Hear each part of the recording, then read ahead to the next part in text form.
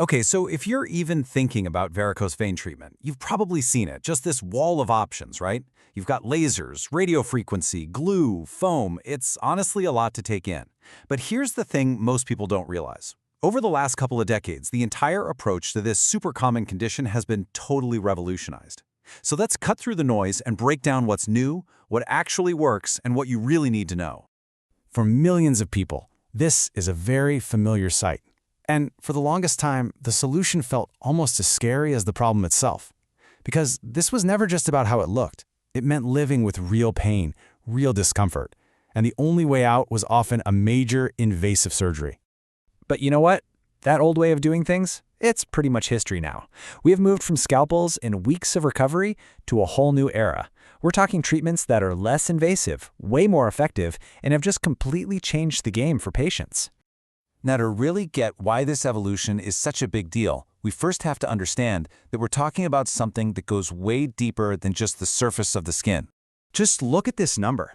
An estimated 23% of adults in the United States have varicose veins. That's nearly 1 out of every 4 people. So this is an incredibly widespread issue. And here's the crucial point. Those varicose veins are often a major sign of an underlying medical condition called chronic venous disease, or CVD. And this isn't about cosmetics. It can lead to serious pain, disability, and really impact a person's quality of life. So we've established the why. This is a real medical condition that needs attention. Now let's get into the exciting part, the how. The revolution in treatment is a really fascinating story of medical innovation. This really captures the whole shift in thinking perfectly. On the left, you see the old way, vein stripping. They would literally pull the bad vein right out of the leg. It was a big deal, a major surgery. But the new way? It's called Endovenous, which is just a fancy way of saying they work from inside the vein to simply seal it shut.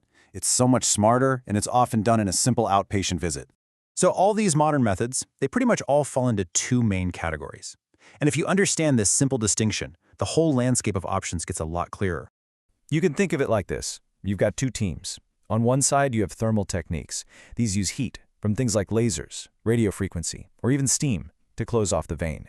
On the other side, you have the non-thermal techniques. They get the job done without any heat, using things like a special medical glue, a specialized foam, or these really clever mechanochemical tools.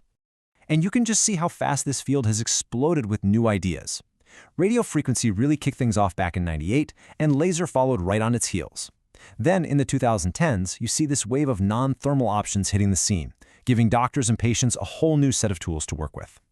So, what does one of these procedures actually feel like for the patient? What's going on in the room? Let's walk through the key steps together.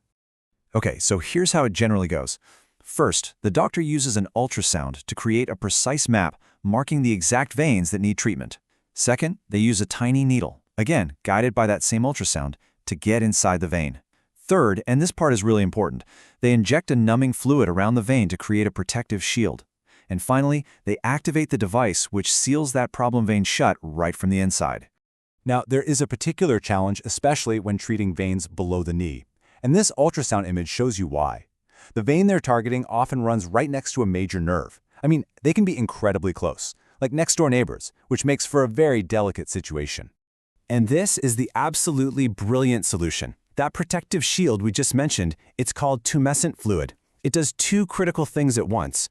First, it completely numbs the area. But just as importantly, it fills the space around the vein and physically pushes that delicate nerve safely out of the way, protecting it from the heat. It's a really clever technique.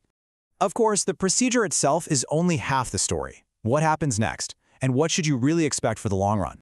The aftercare is actually surprisingly simple. The leg gets cleaned and wrapped up, you'll wear compression stockings for about a week, and here's the best part, you are encouraged to get up and walk around right away.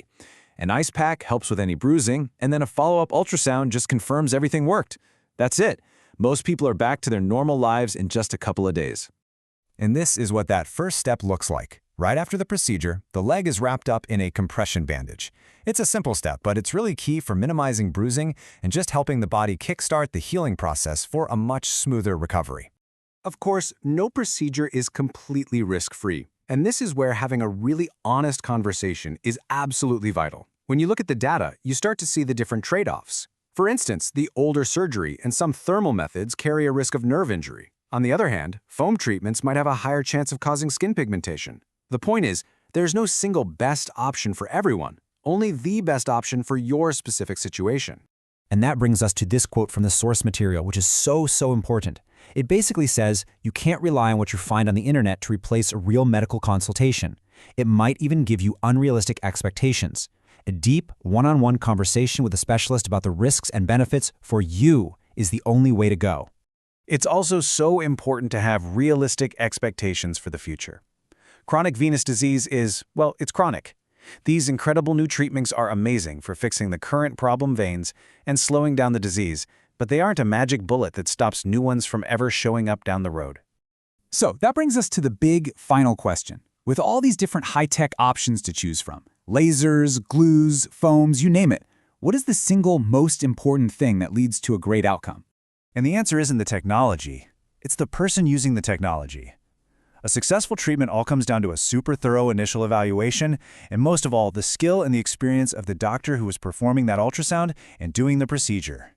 That, right there, is the real key to navigating this new world of vein treatment.